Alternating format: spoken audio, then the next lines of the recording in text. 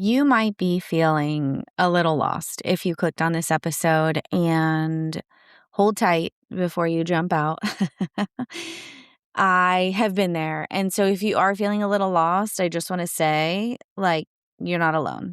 And there's this big concept that our culture is obsessed with, and that's purpose.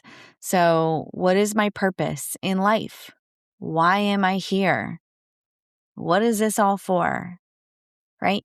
These are some of the questions we ask ourselves when we are seeking, when we are looking for answers.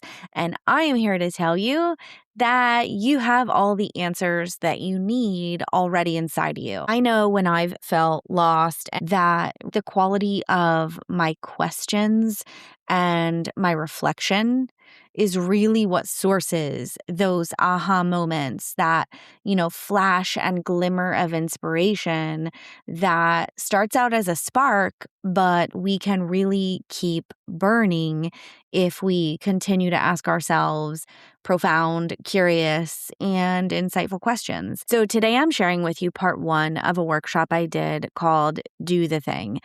And this workshop talks about finding that spark of passion in your life, building upon that spark, and really finding the courage to take brave and consistent action, and then keeping that thing going to really sustain it for the long term. So in part 1 of this workshop series, I teach you why our happiness belief in our culture is completely wrong. I teach you how to get one step closer to defining that specific purpose that you are seeking. And you're going to leave this conversation with so much hope of the possibility that's unfolding in your life. And if you're already feeling lit up, or if you're feeling lit up during this conversation, you can head to racingwildhearts.com/do-the-thing and sign up for the full workshop there. It's completely free. It's totally short videos to really help you get clear, get courageous, and get out of your own way. Yes, please. So let's jump into part 1 of Do the Thing. Many of us think we will be happy when? We'll be happy when we drive the car, get the job, buy the house. We'll be happy when. And only then we're at the top of the mountain with our arms up and we're celebrating and we're happy then. But on the way, it's a grind. On the way, we have to sacrifice and we have to just imagine the future happiness instead of being happy now. But what if that is all backwards? When I was a kid growing up in Florida, I used to play school. It was one of my favorite things to do. And I'd gather my papers and a stapler and my mom's file folders, and I'd get my flip-top desk and put a couple chairs out, and I made basically a working classroom. And every once in a while, it was extra special because I got to teach my favorite student, aka my grandma. Okay, so every once in a while when grandma was in town, I got to teach her. And she would be silly and pretend like she was this student who didn't listen. And honestly, I kind of wanted to send her to the principal's office. I remember saying, Grandma, if you don't be serious, then you're not going to be able to be my student anymore. Like, I was very serious about this game. And another favorite memory from childhood was making mixtapes. And now, it depends on how old you are. You might remember mixtapes, but yes, actual mixtapes. And I would mash up different songs together. I remember hitting the buttons at the exact right time. I would find impossibly hilarious mashups like Beach Boys to Men. I just loved it. I loved putting things together. I loved making. It was so fun. It lit me up and I was in my element, just like when I was playing school with my grandma. This is called a flow state. And many of us have this when we're kids. You know, when you go, if you have kids or if you're a teacher, you know, when you go to tell your kid it's time to transition to a different activity or it's time to put up the art project or whatever it is. And they're like, no, oh my God, what? I've only been doing it for 2 seconds. That is flow state. And as adults, we don't really access flow state as much as we did when we were kids. But the goal is to figure out what really brings us into flow state. So I wonder if you have a thing right now that you can think of that you do that you completely lose track of time, that you're so motivated from the inside and that you really, really love to do. Now, as I got older, I forgot that I loved to teach, that I loved to create. And it wasn't until I did everything I was supposed to do, go to college, get the job, get the car, get another job, get married, have the kids, right? All the prescribed things that culture tells us or that's implied that we should be doing, that's what I did. And finally, I remembered that little girl in her flow state teaching with her flip top desk and making her mixtapes. And I got the courage to hit record and start my podcast, Raising Wild Hearts. And now at first, this podcast was just a passion project. It was out of necessity. I had my third baby on my hip and I just wanted some adult conversation. I was still wildly curious. I wanted to really keep learning. I wanted to stay career relevant, even though I was on a break from my career. And so I hit record. Did I feel ready? Absolutely not. But when I gave myself permission to start the thing imperfectly and messy, and before I was ready, I remembered, oh my gosh, I love creating. I love making mixtapes. I love asking questions, and I love teaching other people the things that I'm passionate about. And here we are. Now, I'm going to land the plane on this story of me when I was a little kid. I want us to fast forward from me being a little kid to just a few months ago as I'm recording this. That favorite student of mine, Grammy, as I liked to call her, was on her deathbed. She was 98 years old, and I was sitting with her on her deathbed, holding space for her and just letting whatever needed to arise. And my grandma, with very clear eyes and a very gentle tone, looked at me and said, "Ryan, you're a teacher." We weren't in the middle of a conversation. I hadn't asked her, "Grandma, what am I? Grandma, give me some wise advice before you go." She just, out of nowhere, felt that she needed to share that with me. Her words have been echoing in my mind and heart ever since. And this full circle moment, this is what life is about for me. The depth, the meaning, the tending to our soul's calling. If you couldn't tell, I don't do small talk. Never have, never will. And if you're new here, I just want to take a minute to tell you who I am and where I come from. I am Ryan Watkin. I'm an educator.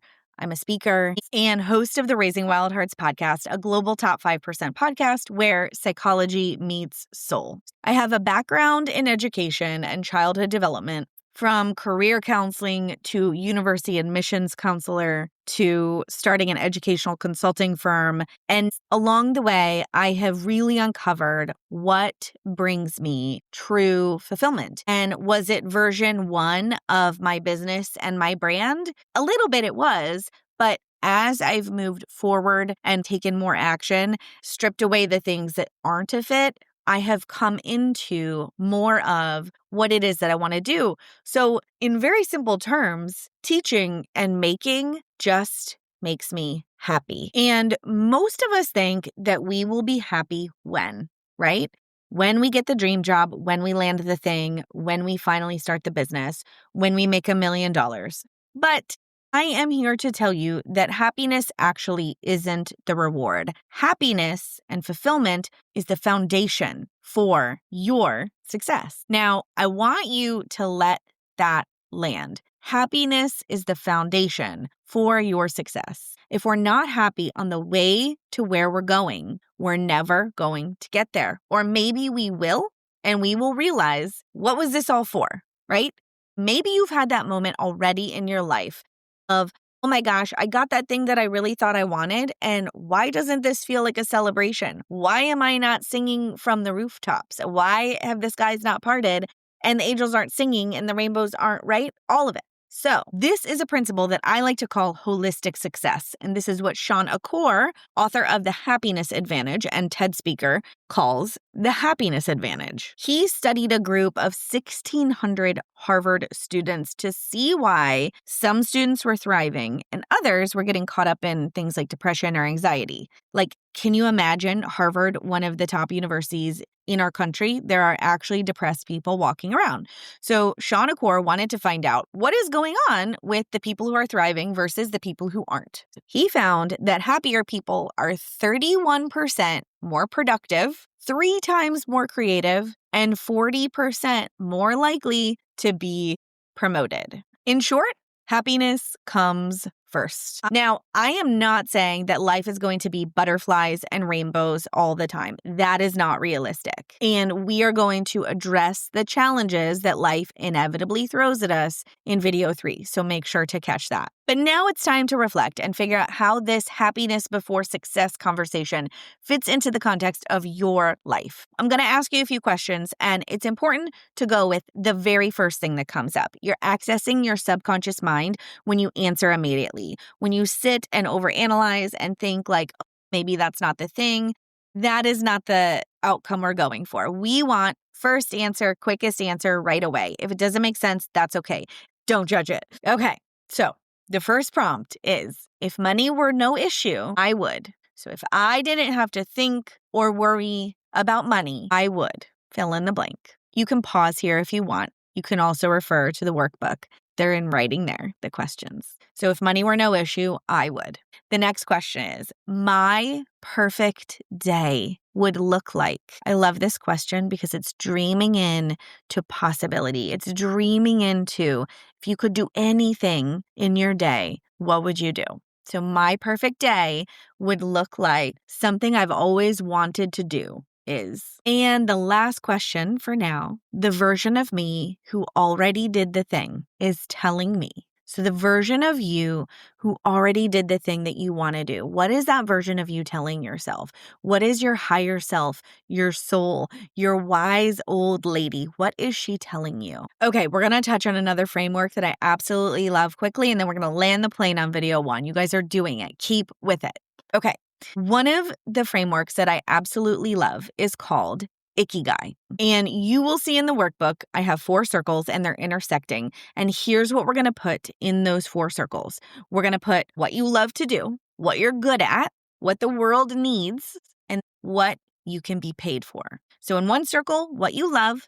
In another circle, what you're good at, what the world needs, and then what you can be paid for. And then the intersection, the middle of all those 4 intersecting circles, is your Ikigai. So just refer to the workbook or just write 4 circles on your journal and see what you come up with, what patterns are arising, and what came up that maybe you did not expect. Now, I want to make a note on getting paid to do the thing here. You do not have to monetize every single thing you love to do. For example, I cook from scratch every week, and 2 of the staples that I make are empanadas and pizza. So I make homemade empanadas and homemade pizza every week, and I have absolutely zero desire to start a bakery or to start a pizza shop. I am not interested in monetizing those passions. And so there might be something like that for you. Don't judge it. It's okay. All right. So at this point, you might have a really good idea of what the thing is. Your thing might have changed. You might have come into this workshop thinking you had one thing, and now you're thinking another thing. That's okay. And I want you to think right now of the thing that's in your heart right this second. Maybe it's the thing in the center of your Ikigai. Maybe it's the thing you came in with, whatever. Just bring that thing to the front of your mind. And I want you to picture the thing on a map. So here you are on the map, and here's your thing. And there's a lot of space in the middle, right? Maybe there's a little space, maybe there's a lot of space. Every summer, my family and I drive to Michigan, and we always know we're going to start in Florida and we're going to end up in Michigan. But the stops along the way are always really different. We're finding a national park here and like a trampoline park there and a smoothie bowl place here. And the stops along the way are always different. And even we have like room to pivot last minute. Oh, I found this thing on Google Maps that I really want to check out. So you're here, your thing's there. In the middle there's room for possibility. Okay, so at this point you might be thinking, what do happiness and possibility actually have to do with the thing that your heart wants to create? I'm going to tell you, it's nearly everything. You get to take small steps every single day. These are what I like to call happiness habits. ways that you want to create, ways that you move your body, ways that you take care of your body, ways that you just do little things that make your heart sing, that bring you joy. We all know when we wake up in a grumpy mood and we're kind of like, we spill coffee and then we're late and then this happens and then that happens. But when we wake up and we're like on top of the world and we're having a great day, everything seems to land in place. We get the promotion or we meet the person that we need to meet. Everything just comes together with ease and with grace. We know that that's true. It's happened to every single one of us. So happiness starts really, really small. It's just bringing tiny slivers of joy into your life on a daily basis. You can do that. So now you have your new belief in place, backed by research that happiness is the foundation of your success. You also know that there is a ton of possibility on the table right now. What about the courage that you need to actually start taking action towards that thing? That's exactly what we're going to touch on in video 2. I absolutely love challenging beliefs, and I love walking away from conversations like this feeling so hopeful. So if you want to go in and totally binge video 2 and 3 of Do the Thing, there's so much more goodness waiting for you at raisingwildhearts.com/do the thing. I can't wait to see you in there, where I'm teaching all about confidence, courage, and keeping your dreams truly sustainable. All right, that's it for today. Until next time, go love someone well.